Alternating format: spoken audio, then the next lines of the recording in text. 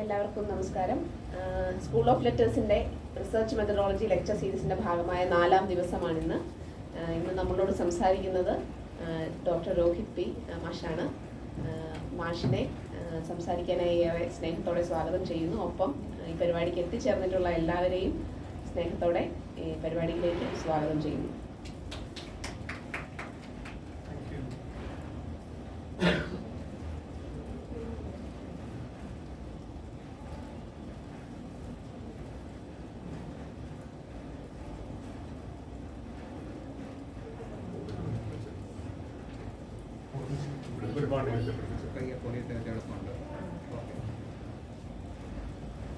Good morning. Good morning.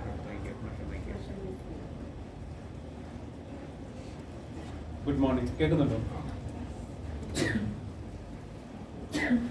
Sorry for being late. We were supposed to begin at 10. So today we are going to talk about mechanics of writing in the context of research. Most of you who are sitting here are have enrolled for PhD, or are in your MA planning to do your dissertation. So something that we all should be familiar with.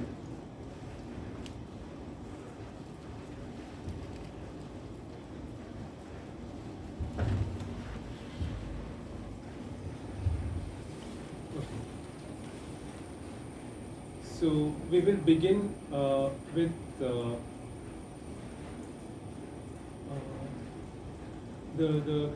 the most significant, most important aspect of research. Something that all of us are to be very careful, have to be very careful about.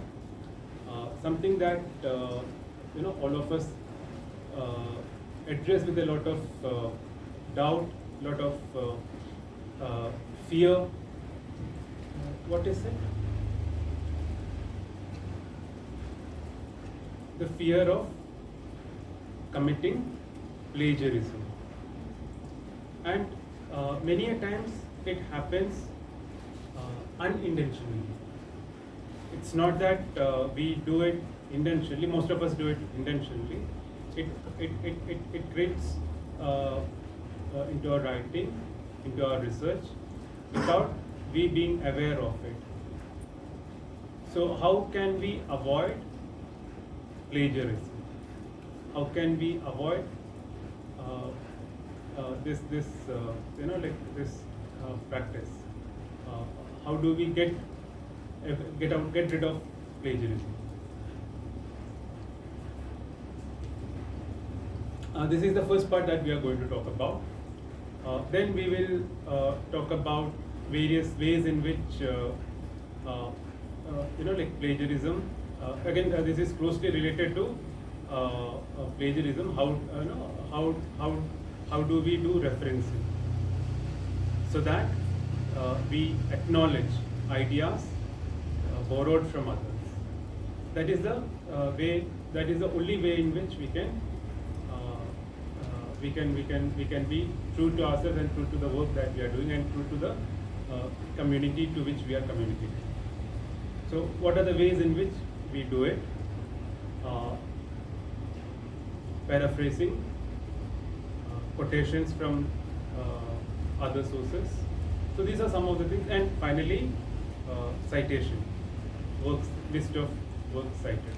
So these are some of the key areas that we are going to touch upon today. So let us begin with plagiarism. What is plagiarism? I hope all of you have a rough idea of plagiarism, the concept of plagiarism. What is it? Can any of you?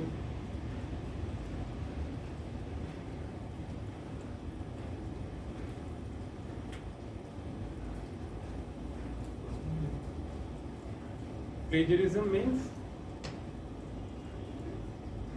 passing on someone else's work as our own work, our own idea. So passing on someone else's idea as our own.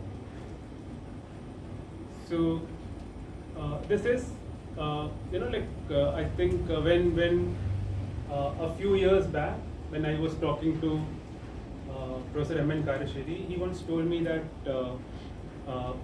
one of his students was he was guiding a student for MPhil, and almost at, he was on the verge of his submission, and then he came running to him in a very bad shape, and he told Professor Karasheri that someone else is going to submit a similar thesis, almost the same title.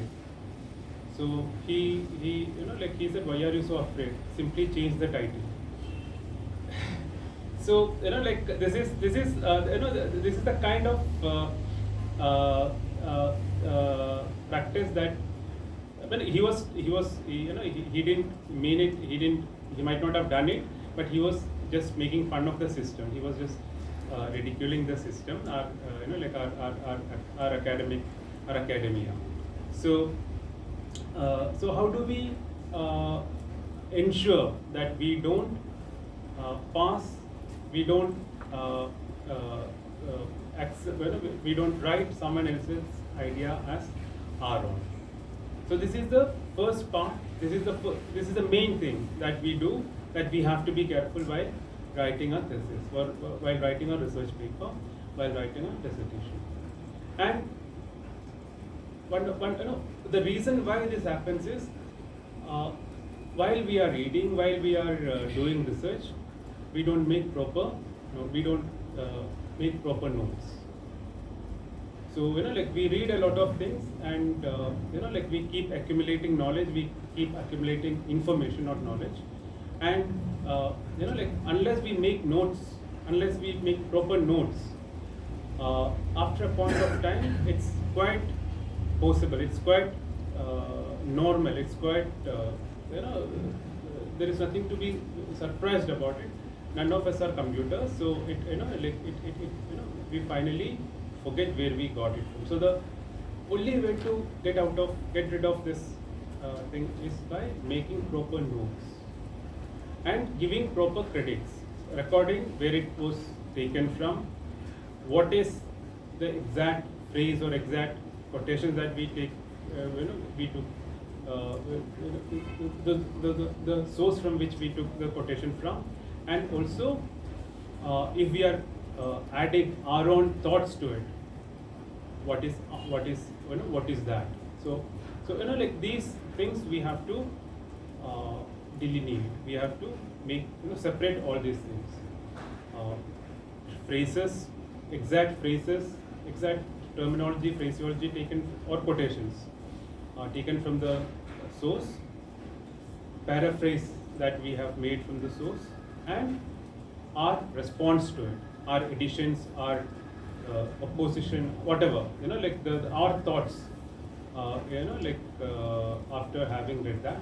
So if we can make separate these three things, it becomes very easy for us to, and if we record them properly, it becomes easy for us to know what is what when we sit down to writing our research paper. And most of the times when we commit plagiarism, we do it, as I told you, unintentionally. It is simply because we think this is our idea, or this idea need not be acknowledged. We don't have to give credits to such ideas. Maybe we think it's a commonplace knowledge. Maybe we think this is our own idea. So the only way to ensure that we don't do it, we don't commit it, is by proper note keeping. So we have to do that. And even otherwise, note making helps us. Normally we read a lot, and after having read a lot, it's difficult for us to also distinguish what we got from where. So like even in that case, and like in case we have any doubts, in case we have any like any questions, any problems, it would be difficult to go back to the entire text, and making notes even in that sense also kind of help us uh, you know uh, preserve time, save energy. So this is the first thing that I think one must do: keep proper notes. Another way in which we try to we try avoiding plagiarism is through proper referencing, giving credit to the acknowledging the source. Whenever we talk about something, be very generous in terms of acknowledging the author, the source from where we took that idea from. So there are several ways of doing that. We can do it as part of the text. We can do it in parentheses.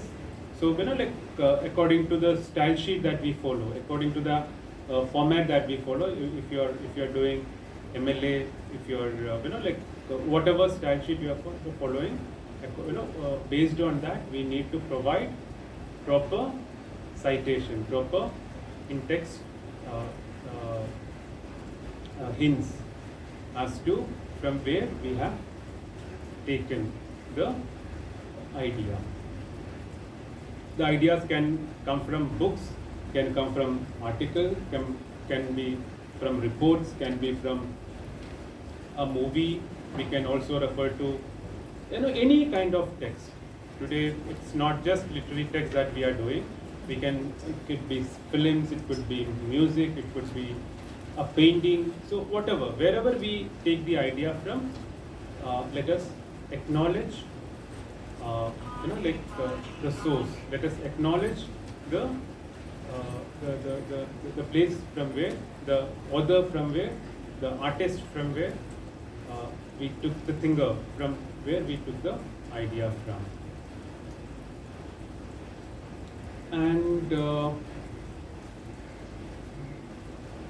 And also let us be careful about the fact that we don't have to fill our writings with such references.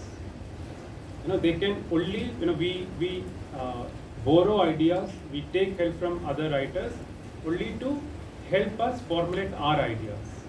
It is not to present what others have told that we write a paper.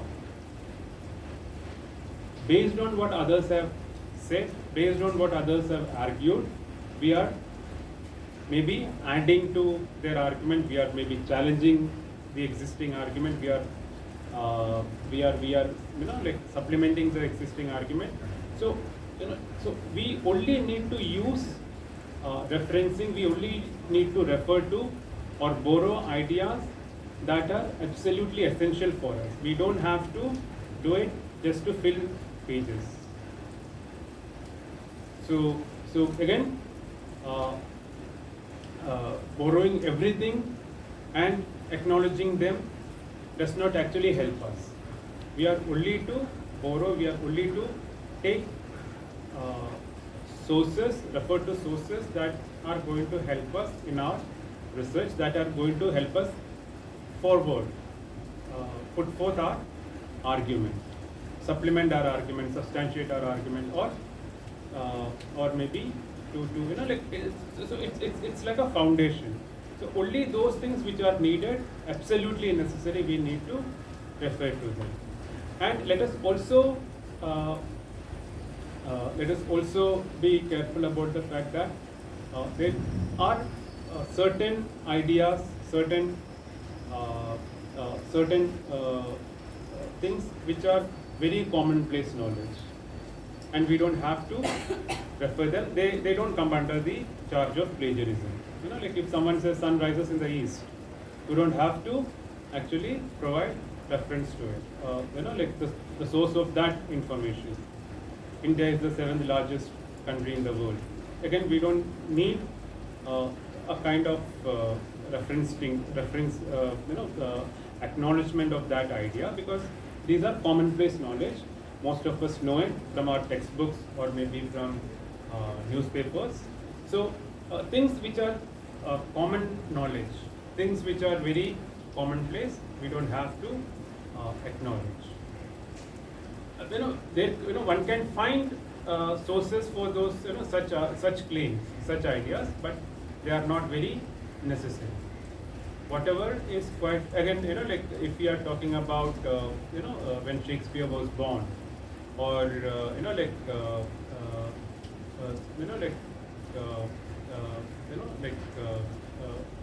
a writer getting, for example, G getting the Jnanpith award. We don't have to provide sources for all those things, because these are all things that are supposed to be known by, at least supposed to be known by the academic community. So, like such ideas, such claims, we don't have to supplement, we don't have to provide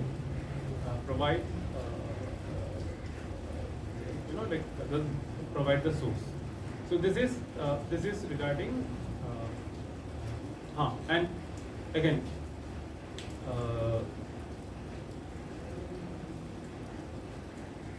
one of the one of the main area where we fail to acknowledge is when we paraphrase.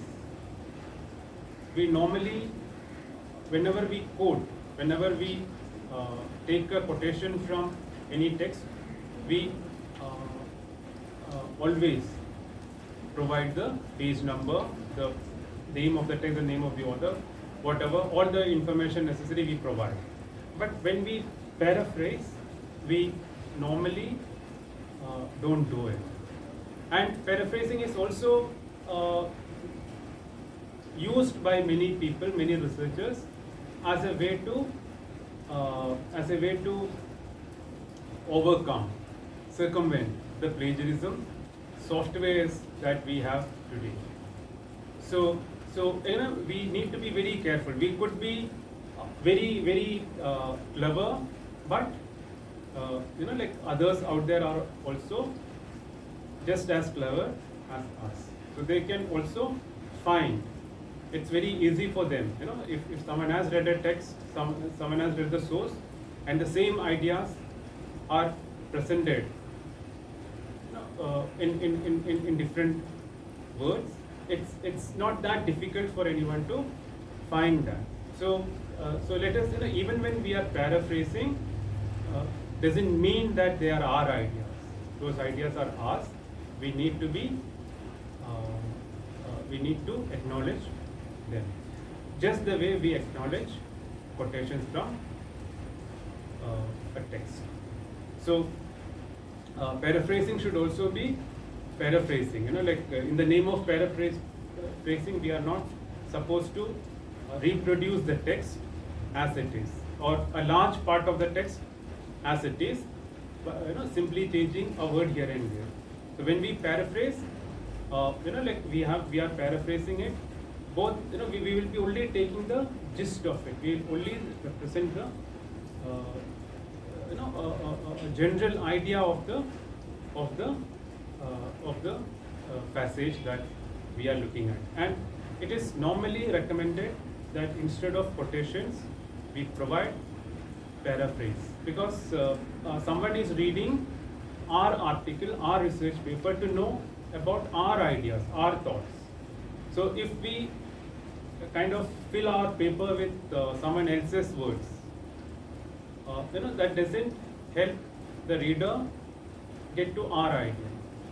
So it is always better to, or like almost all institutions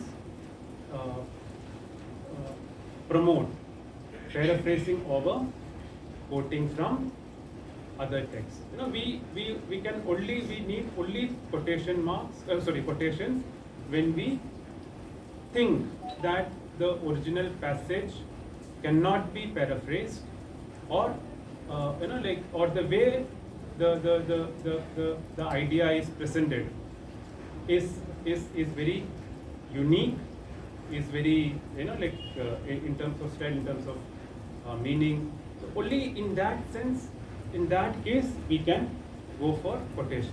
Otherwise, it is always better to go for paraphrasing. So paraphrasing again, we normally, I don't know about people who do PhD in or research in Malayalam, but if your paper is in English, regardless of the subject that you belong to, it could be social sciences, it could be sciences. There are certain parameters that go into the plagiarism check, and these are done by softwares.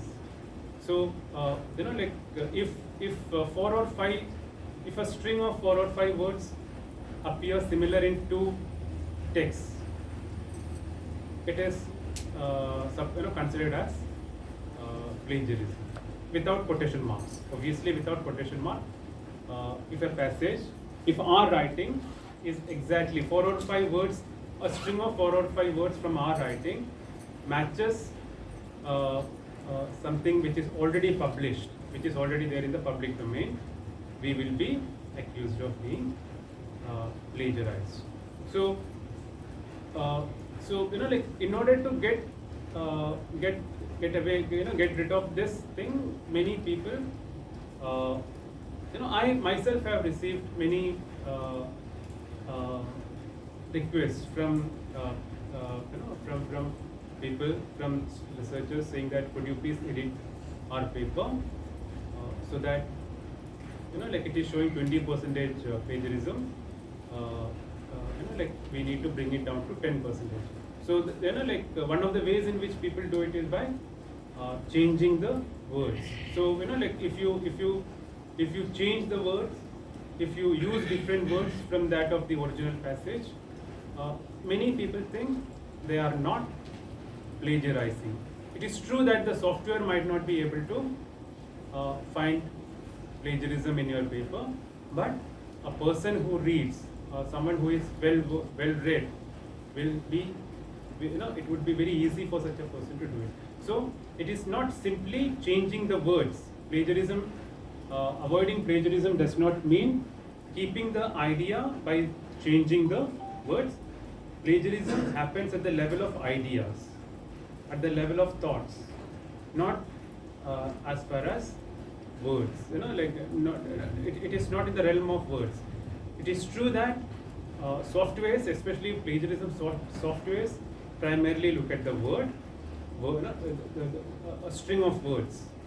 But the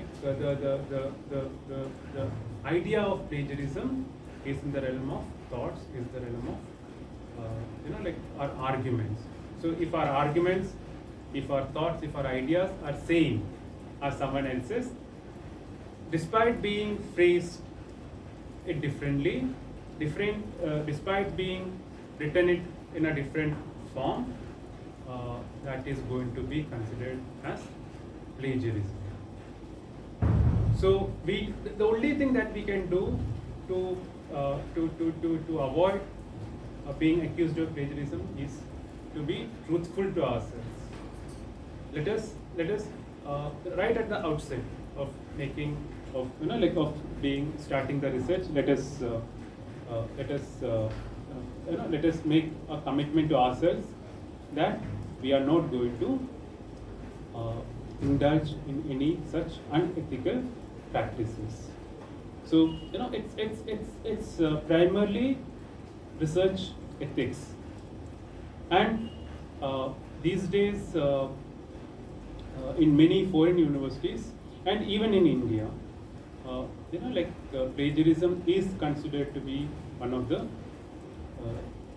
nastiest of things. There are very severe punishments. One can lose his or her job. Students can be barred. Even if nothing happens to someone in terms of job position and all, but it's a it is going to be attached to that person. So the allegation that he or she has committed plagiarism is going to be attached to that person. So let us be very careful about the idea of the crime, the error of plagiarism. So this is the first part. So it's not the words that we are looking at, though plagiarism softwares look at the word, but when we do research, we are talking about borrowing of ideas without acknowledging them. So this is the first part, plagiarism, what it is, and how we can avoid that, and and the consequences of it. So people can even go to court. Recently there was this charge of plagiarism against a very famous historian. He was the Royal Society was asked to revoke his membership. So this kind of a thing can happen to us also in case. And the place from where I am coming from, Delhi University, many people are being these days many principals, many professors are accused of being accused of plagiarism. And recently, I think a couple of years back, a professor in IIT Kanpur lost his job because he was accused of committing plagiarism. So this is not something very very minor. It has very severe consequences. If someone if someone knows that someone has plagiarized, that person it's going to be very costly for that person. So let us be clear about this fact. Plagiarism, we have to say an emphatic no to it. Number one. Number two, I said we can avoid plagiarism by proper referencing. How do we do that? How do we acknowledge that we have borrowed such and such idea from such and such source? What are the different ways of doing that? Suppose I have taken an idea from, we are borrowing an idea from a text. How do we acknowledge it? I have told you the best way to acknowledge it is to produce it in the same words, quotation marks. Within quotation marks, you quote from the original text and provide so there is no change, there is no no modification to the original idea. But it is also suggested that we don't have to do quotations unless it is absolutely necessary. So this is only when it is absolutely necessary that we need to provide quotations from a text. Otherwise, we need to paraphrase, and along with paraphrase, we have to provide the source. So, supposing that you have a passage in front of you which you want to use, and we paraphrase it. You have paraphrased it. Now, how do you provide reference? How do you say that this is taken from such and such place? So there are many ways of doing that. You can do it as you can provide it as an additional information in the form of within brackets, in parenthesis. After you have stated whatever you have to after you have paraphrased, you can simply give a bracket, parenthesis, and write the name of the author and the page number from which you have taken the idea. So this is one way of doing it. Or else you can also integrate your source into your text as so and so has argued in his or her book or essay. You know, so like in that case, you are providing the source, the reference within the text itself. You are not doing it as an additional information. It becomes an integral part of your text. So like the way you do it, it is absolutely up to the researcher whether you can do it as part of your text in text referencing, or you can do it as an additional information at the end of the paraphrase. Maybe you can put it in parenthesis, the name of the author, and again depends on which style you are following. Like in MLA, you simply provide the name of the author, put a comma, and the page number. So and in case there are two works by the same author, you can also we also need to give the name of the work, so that it is clear from which work we have taken the idea, we have sourced the idea. So this is one way of doing it. You can do it as part of the as part of in text, or as in parenthesis. Whatever we do in parenthesis, we are or even as part of in text referencing, we are only providing minimal information there. We are providing the name of the author and the page number from which the idea is taken from. We don't even have to mention the title of the work unless we are referring to more than one work by the same author or same group of authors. So wherever we give referencing, we also need to provide a list of works cited, or what we normally call as bibliography, so that the reader, whoever is interested, can also refer to that source, the original source, and check whether what we have claimed, because we are claiming something when we quote, when we paraphrase, when we use a quotation, or when we even paraphrase someone else's ideas. We actually are using someone else's ideas to support, to bolster our argument. So the reader can actually check whether what we have claimed is actually there. Is maybe we are taking it out of context. So the quotation, the reference help the reader verify the claims that we have made, as far as the source material is concerned. So whenever we have an in-text or a parenthesis reference, we also need to provide a list of works cited. Now there are instances when we don't have access, or we are reading a book or an article, and that writer has quoted someone else, some other source. So how do we deal with this this kind of a situation? Suppose I am reading a work on Silent Valley, and in that the writer has quoted Sugata Kumari, but I have not read that work by Sugata Kumari. So how do I, and I want to use that idea.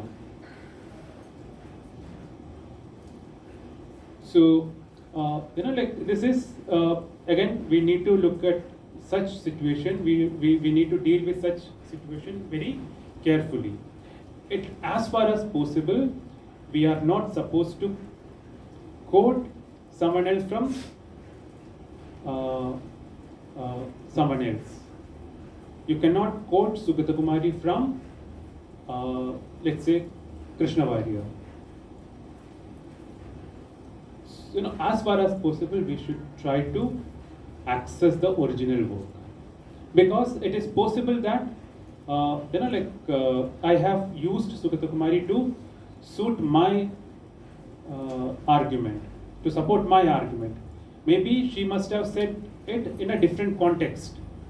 I am using that particular statement to bolster, to support my argument. But the original context in which she must have said it is a different, it must be different. So this is again something that we need to be very careful about, or at least if there is no way we can access the original, we need to make it very clear that this quotation is quoted from somewhere else. So and we are not supposed to provide that particular work by Sugata Kumari, or the work that we have quoted from the other work, we are not supposed to provide, include that as part of our list of works cited. Again, if we do that, we are again committing a kind of plagiarism. We are claiming that this is something that I have read. If you add a work to the list of works cited, we are also claiming that I have read that work, I have used that work, whereas this is not the case. We haven't even seen that work. And there are some cases in which quoting from a different source becomes very necessary. Suppose you need to use a Sanskrit text and you don't know Sanskrit. So the only way to do it is by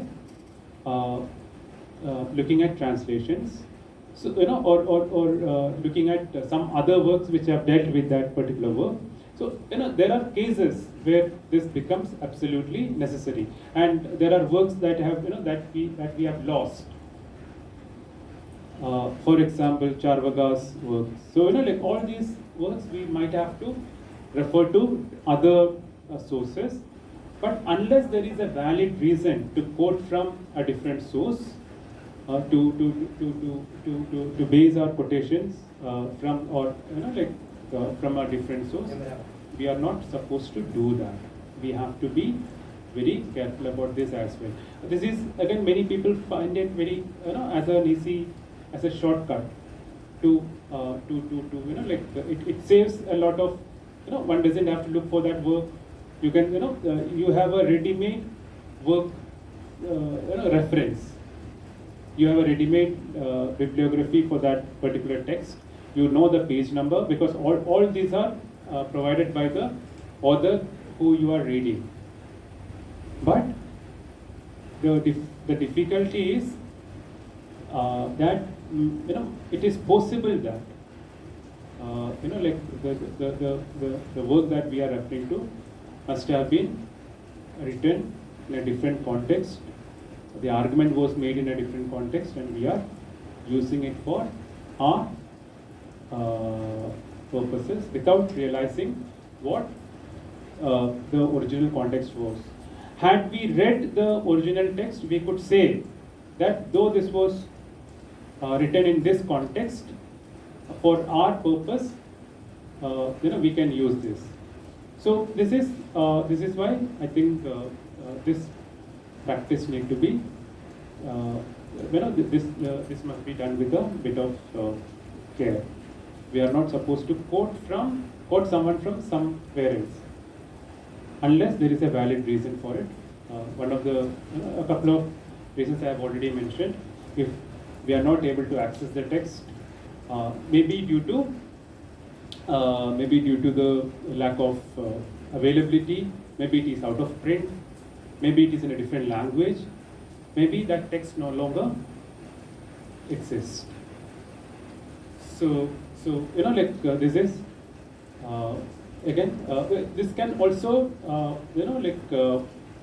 lead us to plagiarism. This can also be treated as plagiarism. At least this is an unethical practice. We are claiming something that we have not read as a text that we have read. So again, we need to be very careful about this. And staying with plagiarism, I forgot to mention, like if you go through both MLA and American Psychological Association, APA, they are pretty broad in their definition of plagiarism. Normally, what we consider as okay in terms of research, they look at it with, they treat most such actions as plagiarism. Even taking the help, if you are doing your research in language, and if you take the help of an editor, a proofreader who helps you with your language, even that can be considered to be plagiarism, because you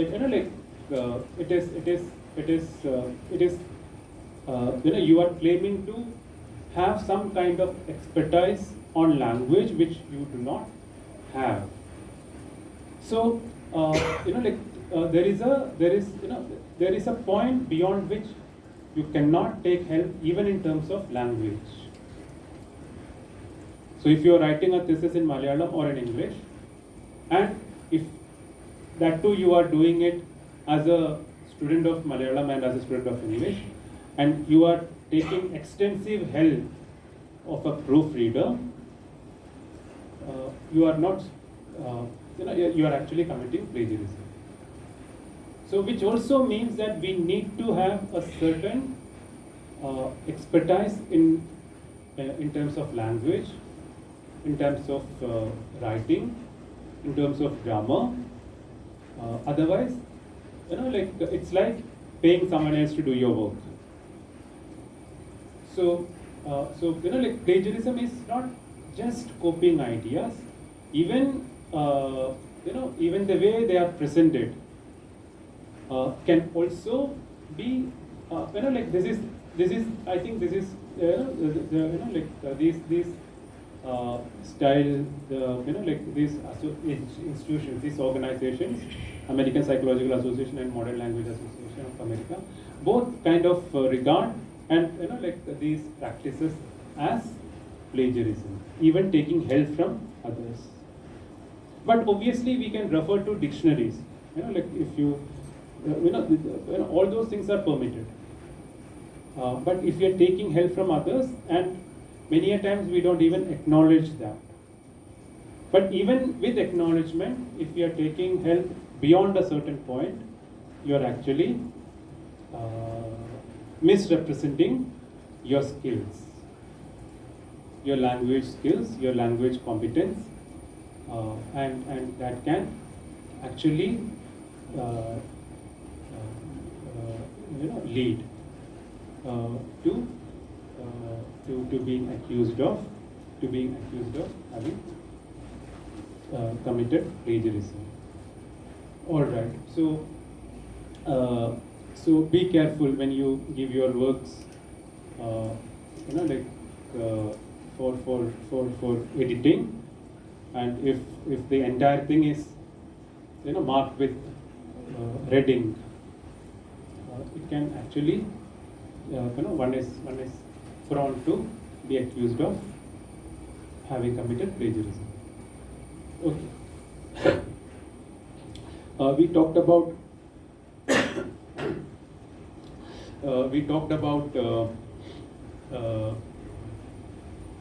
referencing, and we talked about two kinds of referencing: providing reference within the text as an integral part of our text, without putting the information, without separating the information from the text. And then I also talked about putting the same information within brackets, within parentheses. And whatever we do, we need to, regardless of the style that we use, we have to provide the entire all the details of the work that we have cited, we have used in the list of work cited. Now, when we come to the list of work cited, we need to be very careful about the way we present them. The same text can have multiple editions, can have multiple versions. So, like we need to be very careful about it. So again, I have seen many people looking at the bibliography of a scholarly work or research article and reproducing the same page number, because this happens because we don't keep meticulous notes. We don't meticulously keep notes. If we keep notes while reading a text, while reading a book, while reading an article, we can avoid making this mistake. But we don't do that. Many a times we don't do that, and like after having written everything, we start thinking of the bibliography, and then we run around for the bibliography, and wherever we find some details, we cut paste them. So again, while providing the bibliography, the details that are necessary for a list of work cited is the name of the author or authors, the title of the work, the publisher, the year of publication, if it is a book, the year of publication, and also the pages from where we have taken these ideas or the idea. And like normally all texts have multiple editions, and pagination can be different in different editions. So we need to be very careful about the year of publication. Now, if the first edition came out in 2016 and the second edition came out in 2020, and like you have taken the idea from 2016 edition, and you are providing the bibliography for 2020 edition. So you are actually committing a fraud without realizing that you are doing so.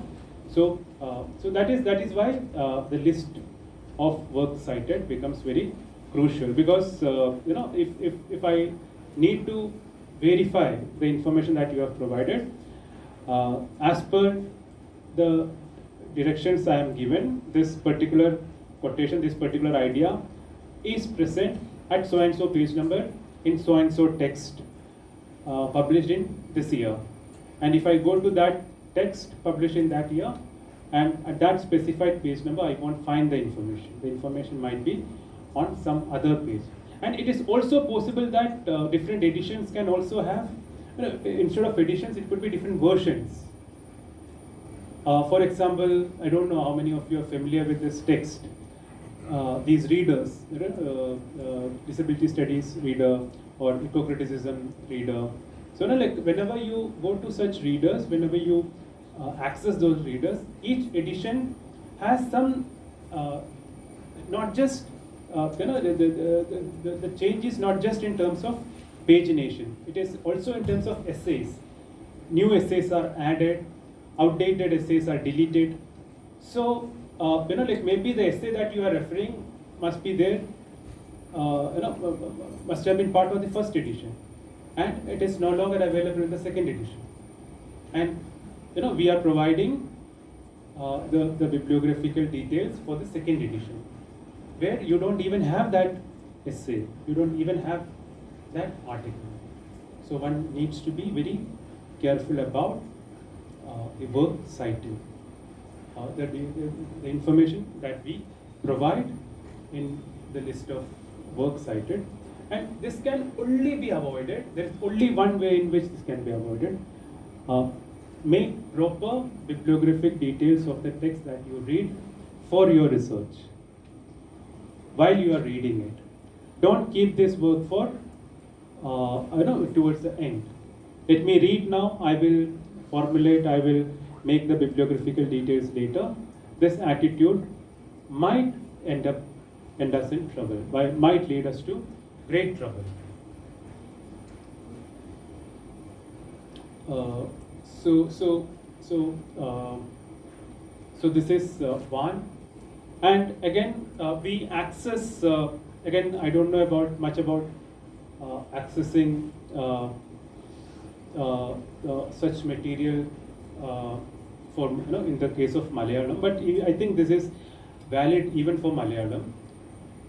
Like these days, every text has at least two versions. One is the print version, and one is the online soft copy of it, the PDF or whatever, or maybe it is presented in the form of an HTML, whatever.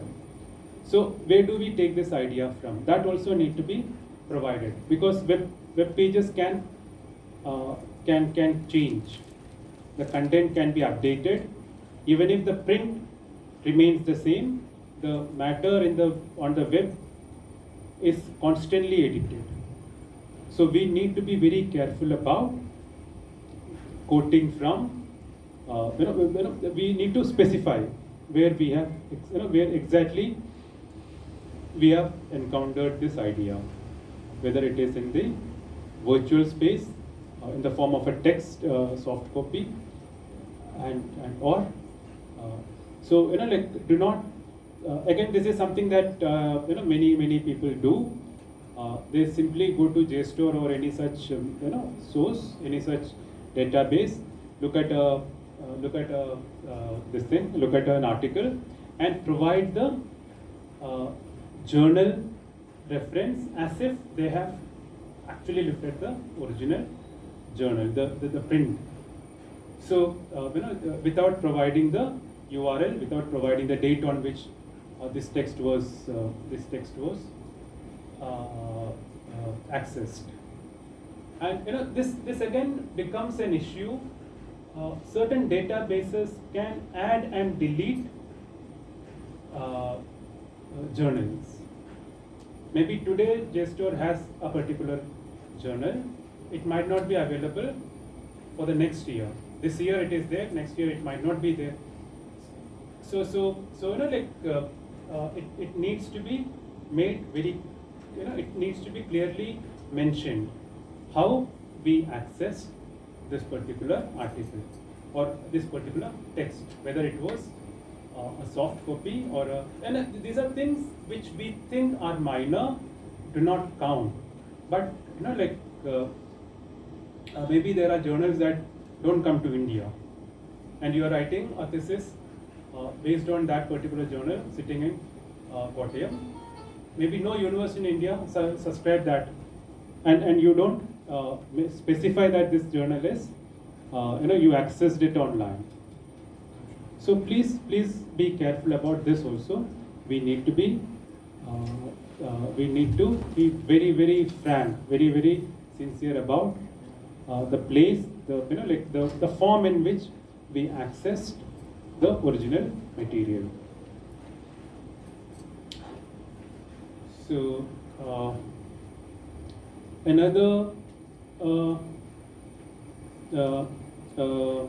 another thing that again related to work cited is like it is possible that we provide a lot of information. Like maybe we are like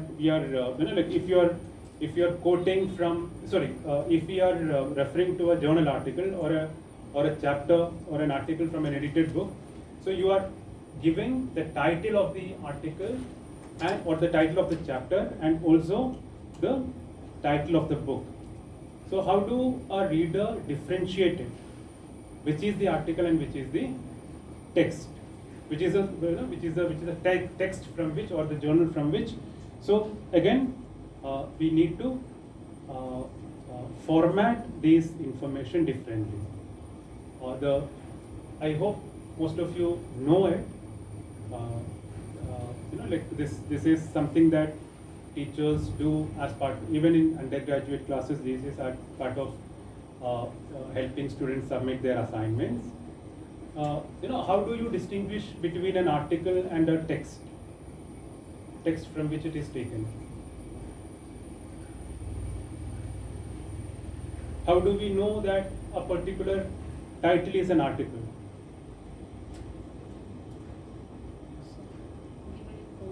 Yeah, it is. It should be provided. It should be surrounded by double quotes. So quotation marks and the text, the main text from which it is taken, italics. So we need to be clear about that as well. Again, these things keep changing also. While I was doing my dissertation, the italicizing began at that point of time. Before that, it was underlined. Text used to be underlined. So and we were also required to provide the place of publication of a book. Today, all those information have become irrelevant. They don't look at the place of publication. We only have to provide the name of the publisher.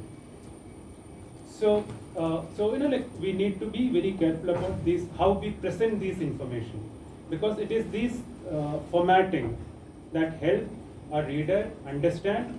Because you're not going to specify that this is taken from this journal. You will only be writing the name of the journal or the name of the text from which it is taken. So, if it is in italics, the person knows, the reader knows that this is the text, and whatever is given within quotation mark is an article, is a poem, is a short piece from a bigger text. So these are some of the things that we need to be careful while and again the formatting should be hanging indent. Again these are technical things. It should be arranged in alphabetical order. All these things can be easily done by a word processor. We are not going there. And the page number also. Whatever works that we list, we should also provide the page number. Especially the if you are quoting, if you are paraphrasing, if you are referring to specific sections of a text, it is necessary that you also provide the at least if not page number, the chapter, the section, whatever. And if we are talking about a web page, there won't be pages. It could be paragraphs. If it is a poem, you can provide the line, the line number. So these are some of the things that we need to. Again, all these will come as part of the in-text referencing. Okay. So I think plagiarism and referencing, more or less I have covered. Now another thing that we need to be very careful about while writing is we are today living in a very sensitive kind of a world. We are aware of different kind of, we today know that human beings are not black and white. We are not very, there are various shades of, human experiences. Identities are not, we have come, we have gone far beyond these binary notions of male, female, black, white, or able, disabled. So and language also kind of reflect this this differing sensibility. So we these days we normally don't use words, titles, that refer to that refer to males and females separately. We don't use poet and poetess. So we normally use poet to also refer to a female writer, a female poet, actor, actress. We were brought up, and this was taught us in schools. Poet, poetess, they were gendered nouns and neutral nouns. But today we normally use neutral terms for all this. And whenever it is not possible, we try to be as inclusive as possible. He or she or he, whatever. So, and try avoiding using words like mankind for human beings. Let us use human beings or humankind. All men are mortal. So the opening lines of the Declaration of Independence. All men are created equal. It's better to avoid those such gender biased terms, or it's not just gender, it could be anything, try wherever it is possible, wherever it is necessary, try to describe without using judgmental, without being judgmental. So this is something that as we evolve better sensibilities, this will be refined further. Recently there was the Swedish language added a third pronoun in addition to he and she, in addition to male and female, so that people who do not subscribe to being male or female can also be accommodated even in language. So we need to be very clear about such sensibilities. So this this could be again when we make generals, we should be very wary about making general statements. Muslims are, or Christians are, Hindus are. So instead of doing that, you can specify maybe Hindus of North India, or Sunni Muslims, or Muslims of Gulf. So or Syrian Christians or Roman Catholics. So we need to be, instead of making such sweeping generalized statements, we should be very careful about what we are talking about, and this also kind of make our argument more pointed, more valid. If we instead of that, if we go with general statements, that can be counted, that can be pretty easily dismissed. So let us not make this mistake of not being aware of these sensibilities.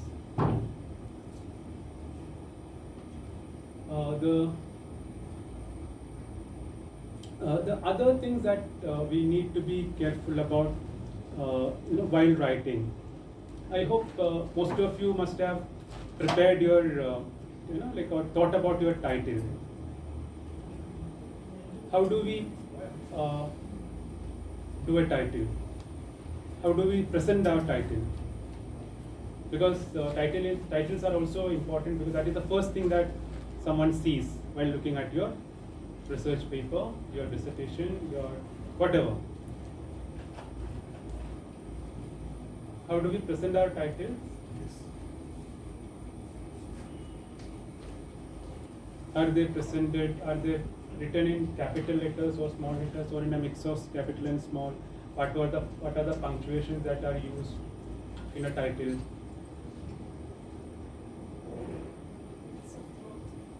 Mix of both. Where do we use cap and where do we use small letters? Uppercase and small space. Where do we use? initial letters in capitals. Okay, initial letters. All initial letters? Articles. Yeah, we like all main verbs will be in capitals, and when there are certain instances where we also capitalize, we use capitals for articles and so-called helping words. If we have a subtitle after the word after the colon, even if it is a preposition, even if it is an article, we use capital. And what are the punctuations that we use?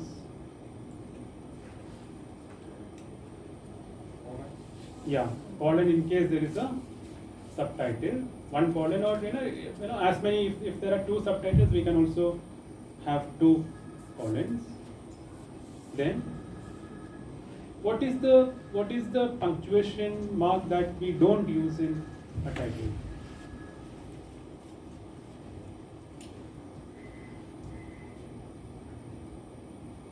Can we use a question mark?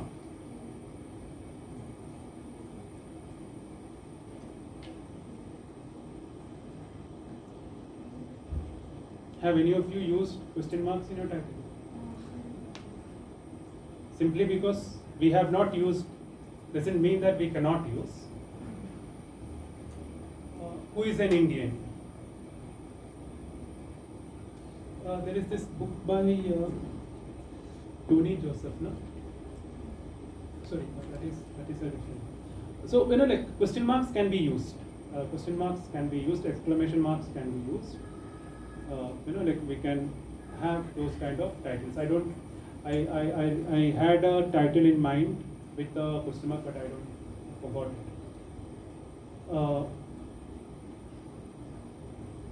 Yeah, who are we and where do we come from?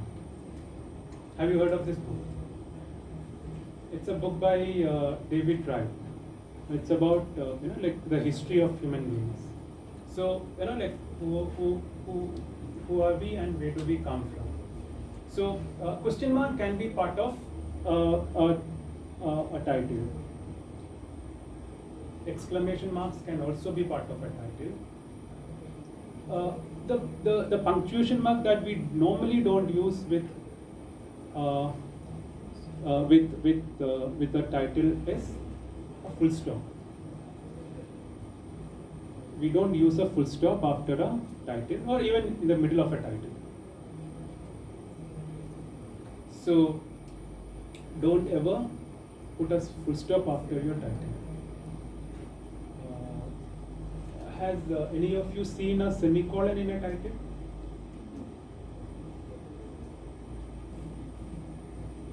No. Okay, look at the title of Frankenstein. You will see a semicolon there. So semicolons again, if there are two titles, an alternative title in addition to the main title, we can use a semicolon. So like almost every there could be quotation marks, there could be single inverted commas, there can be colons, there can be question marks, exclamation mark. All these are permitted except for like full stop. Full stop we don't normally use in a title. And as many of you said, the first letter, irrespective of like what it means, so which category it belongs to, whether it's an article, whether it's a preposition, the first letter of the first word will be capitalized, and for the remaining words will be capitalized only when they are the main words. So prepositions, helping words, models, all those will be in small letters, and the word that immediately follows a colon will again be in capital. The initial letter will be in capital, and okay. And if we need to provide a year, as part of your title, like representation of Dalits in Malayalam literature. Then you also need to provide a period, maybe 1950 to 1970. So like you can put a comma after Malayalam literature, and then simply give the date. So commas are also allowed if there are like more than Indians, Pakistanis, and Bangladeshis. The story of the Indian subcontinent, the people of Indian subcontinent. So like in that case, again we can use commas, but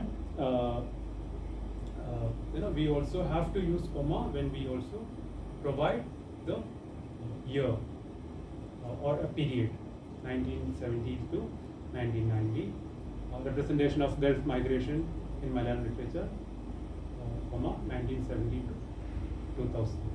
So this is about title, and the other things are quite we normally use Times New Roman 12. This thing, font size is normally 12. It could be 13 also, depending upon the person with whom you are working, and ideally according to both MLA and APA. APA does not even suggest a font, but the size is it also agrees it should be between 11 and 13, so which again means more or less 12, and it also but both are pretty clear on the fact that the spacing should be double. It should be double, and initial words of every paragraph should be indented. And if we are again during quotations can also be of two kinds. One could be in-text quotations, where we put integrate the quotation into the text, into the paragraph, and there are if the quotation is slightly big, more than 2 or 3 lines, more than 40 words, we have to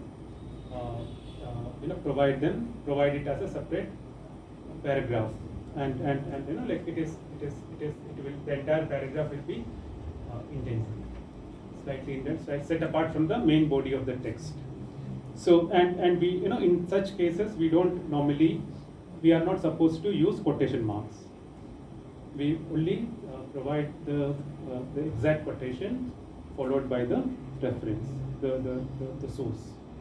So these are a few things that one needs to be careful about while writing.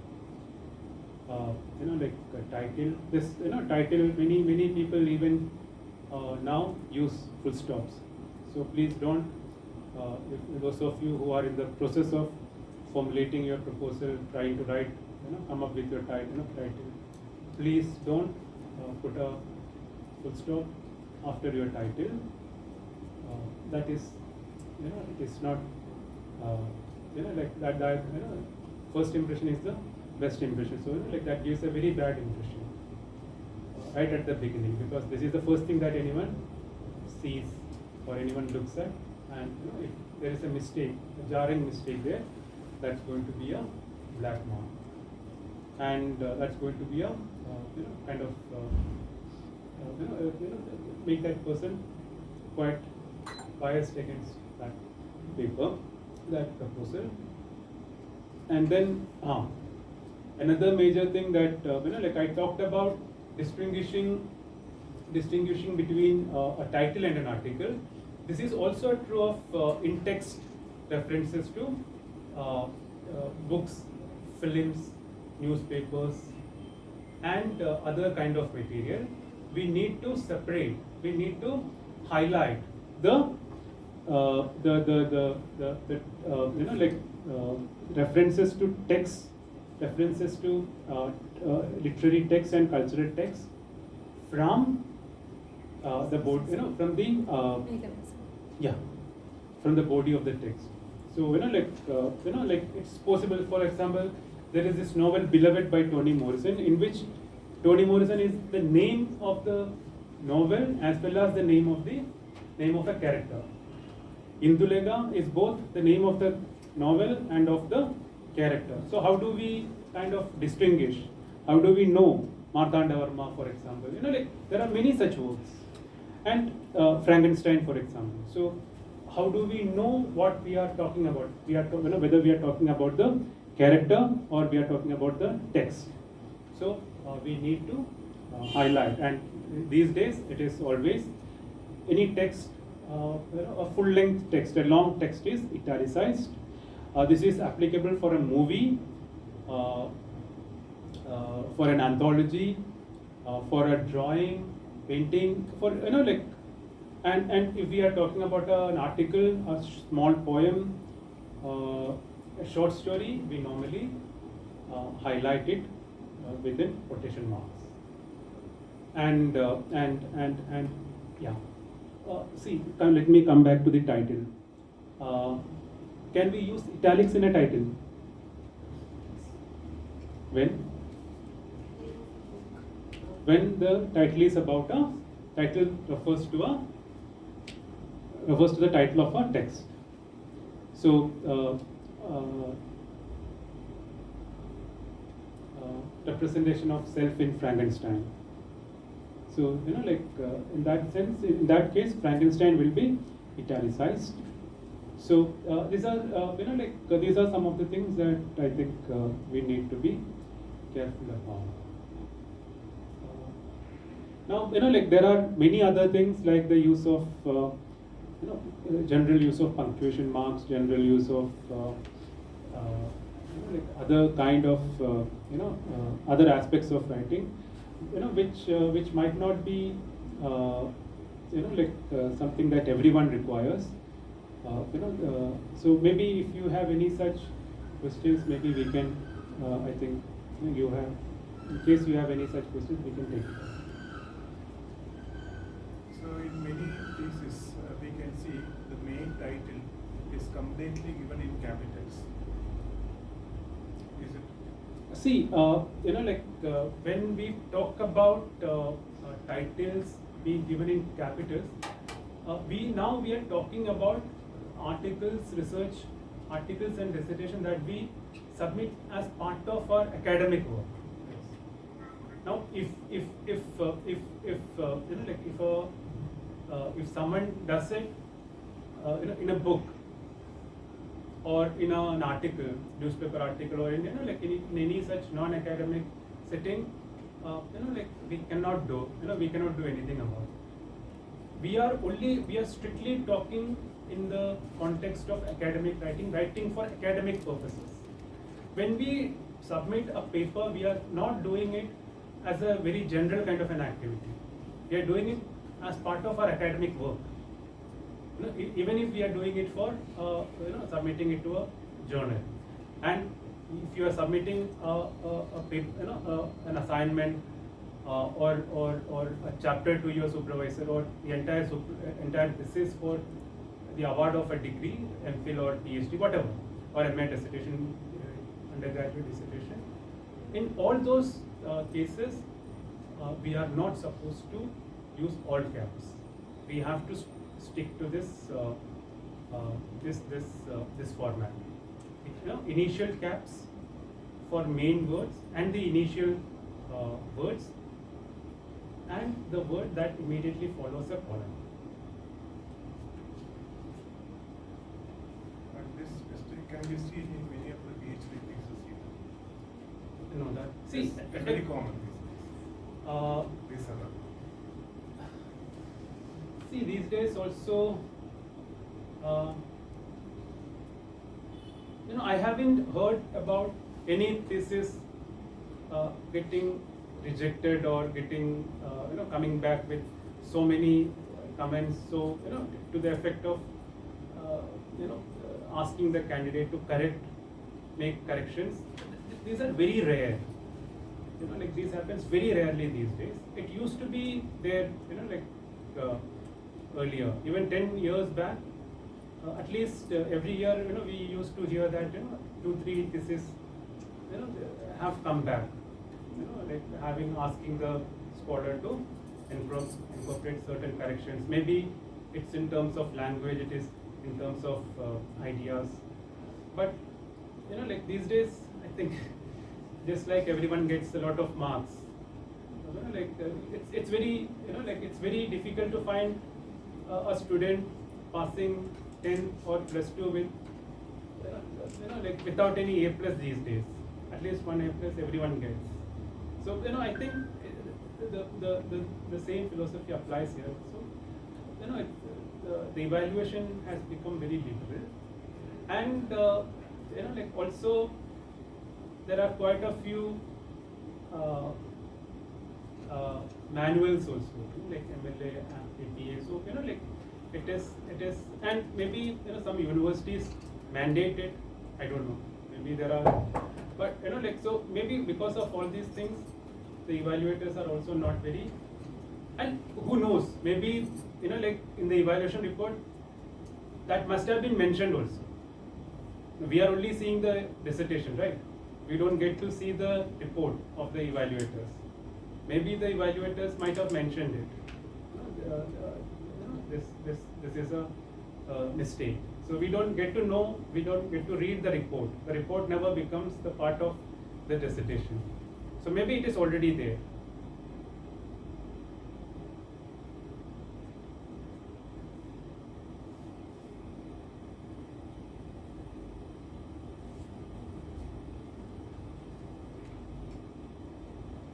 And I think like there are titles with full stops also.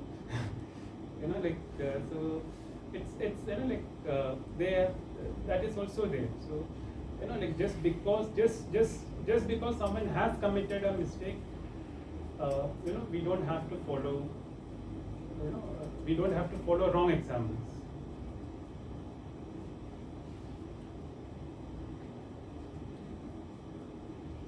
And it is always better. See, if you are applying for if you are submitting your article for publication in a journal, and like despite having these common standards, many journals have their own standards also, especially with regard to work citation and all. So it is better to refer to their submission guidelines. I have primarily based my lecture today on APA and MLA, largely MLA, and there are many instances where both converge. When it comes to bibliography, they have a different approach. The list of works cited, APA immediately after the immediately after the author, we need to provide the year of publication, whereas the year of publication comes towards the end in MLA. In MLA, we need to write editor. If it is an edited book, like the latest MLA says, we have to write editor or editors. Whereas in the APA, just like earlier MLA editions, it is ED or EDS. So in brackets, with a dot after ED or EDS. So like there are these minor changes in terms of the way the information is presented, and some like if you take some research journals, they also have their own manuals, their own guidelines. What people normally do is, and supervisors also sometimes promote. They also say you look at an earlier PhD thesis, a submitted work, and follow it. But it is possible that the student, what the student refers, the work that the student refers need not be the best.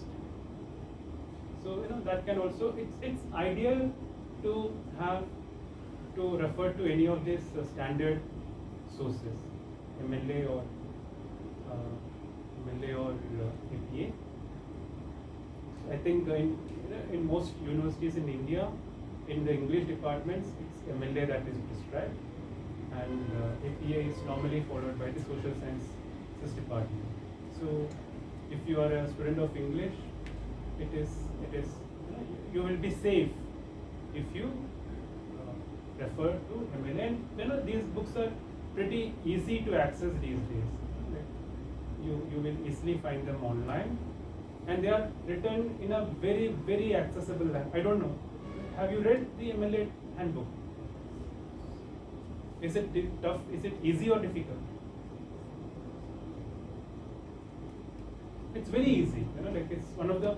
It's a bit technical, but it's very easy. It's the information is presented in a very, very, very crisp, unambiguous, practical manner with lots of examples. And as we go along, the kind of material that we refer are also increasing. The range. Earlier it used to be text, only text. Now we have journal articles, the articles that we access online. We have other kind of online material, and today we have other kind, even paintings, posters. So it's a dance performance, movies, theater productions. Everything is part of our bibliography. Can be part of our bibliography, and accordingly, our the way we present those information. You might not find all these things 10 years earlier or 15 years earlier. So if you look at the first MLA, maybe in the 1950s or 1960s, many of these sources might not even have been there. Because websites were not at all there. So maybe as we go along, that is the reason why they also keep changing. Keep bringing new editions. Sir, can you please tell the difference between bibliography and works cited? See, today I used bibliography and works cited almost as synonyms, but actually they are not. Works cited means we are only referring to works that we have read and we have used in the work cited. The title itself makes it. It's a very clear. It tells what it is. Work cited. We are only listing those works we have cited, those works that we have used. Bibliography can be broad. It is much broader. Anything that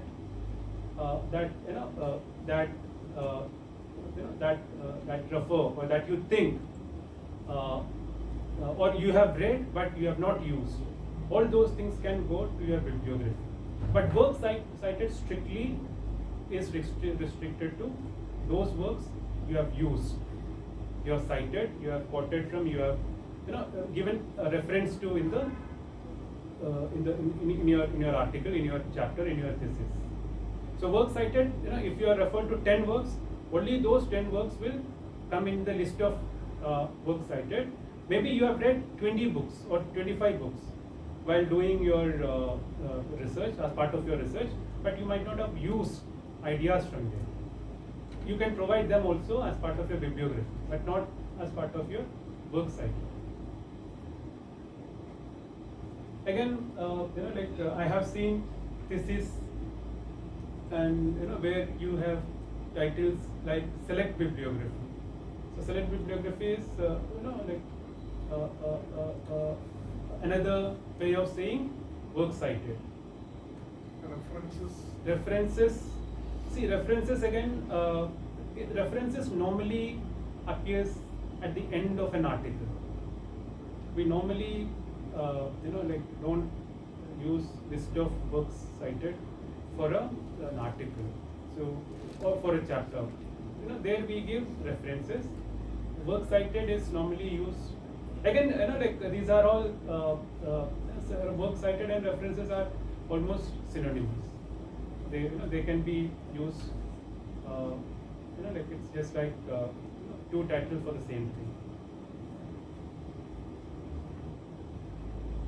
But bibliography is different. Bibliographies need not be confined to the works that you have used for the text.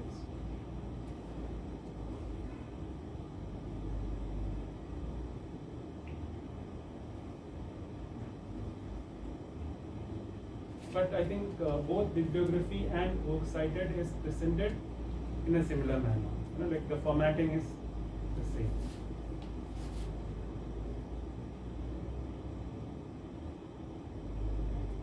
Again, bibliography is also presented in double space.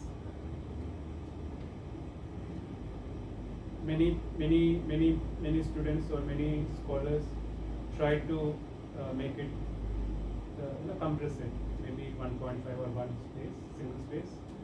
But it is both MLA and APA are pretty specific on the fact that it also needs to be in double space.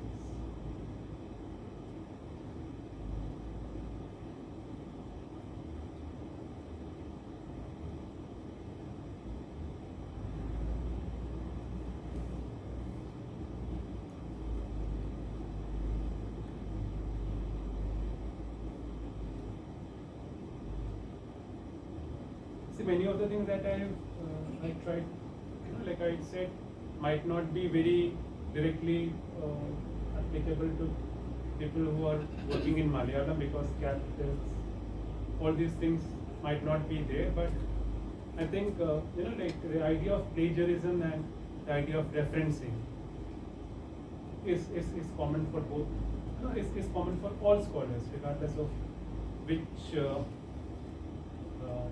And it is not just the student, the person who is committing plagiarism who is caught. Suppose one of you are working with me, and I and later someone finds out plagiarism in that person. As a guide, I am also responsible. As a supervisor, I am also responsible. So it's so today, these days, because I also sign, certify that this is an original work. The supervisor also certifies that this is an original work. So it is also the responsibility of the supervisor, the guide, to ensure that the work is not plagiarized, or there is minimal plagiarism, or minimal kind of borrowing, or whatever. Like some kind of borrowing will always be there. And I think most universities, most journals allow a certain kind of, like I think less than 10%, less than 8%, whatever. It varies from source to, organizations to organization. But generally, like there is a threshold that we are not supposed to cross. So it cannot be completely done away with, but though we should try to do so, our attempt should be zero, plagiarism. But maybe we will end up with 1 or 2%. That is okay. And I don't know. Have you ever run your article through a plagiarism check? Any of you sitting here? No. Okay. So like you should try doing it. Maybe I think university libraries have access to these plagiarism softwares. You should try running your write-up through the plagiarism software, so that it will tell you, like what, it will give you a paragraph by paragraph, line by line analysis of your article, your research article, whatever. If it is a paper, if it is a chapter. So it will tell you, on the one side it will tell you, it will give your paragraph, and on the other side it will give you the passage that is exactly similar to, if it is a plagiarized one, if there is already the same paragraph somewhere else. So that kind of exercise will also help you understand what is the amount of plagiarism that has gone into your work or your work, whether it is very original or borrowed from someone else. And as I have told you, many people try to overcome it simply by changing the language, which is not a good thing. And maybe you are saved temporarily, you can fool the software, but we are talking in terms of ideas. This plagiarism does not simply occur in terms of language. Language is only one aspect, but essentially plagiarism, when we talk of plagiarism, we are talking about stealing of ideas, presenting someone else's ideas as our own. Language is also there. Suppose you saw a very striking kind of language. You read something very striking. You like the way the phrase, the sentence or the paragraph is phrased.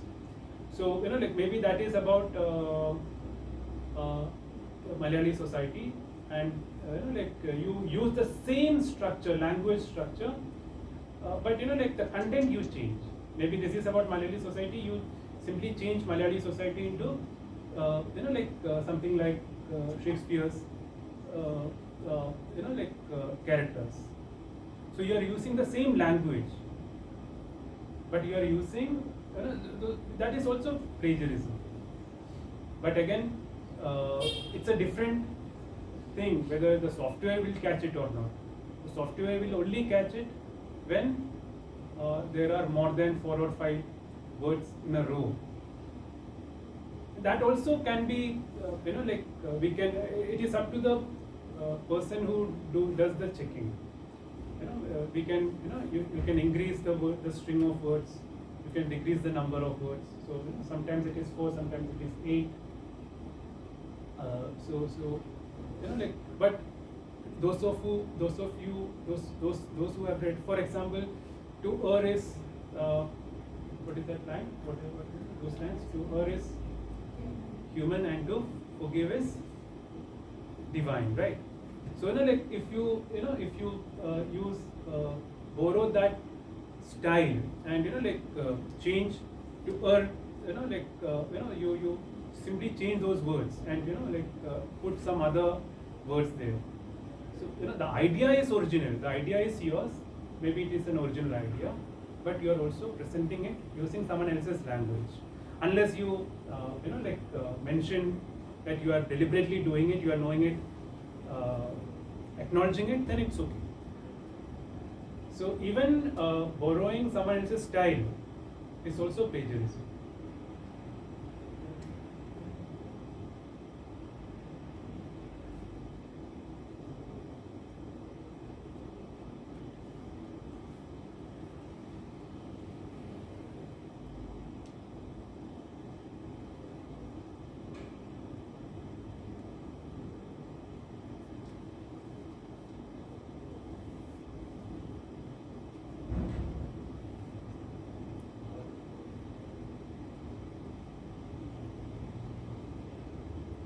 So I think all of you should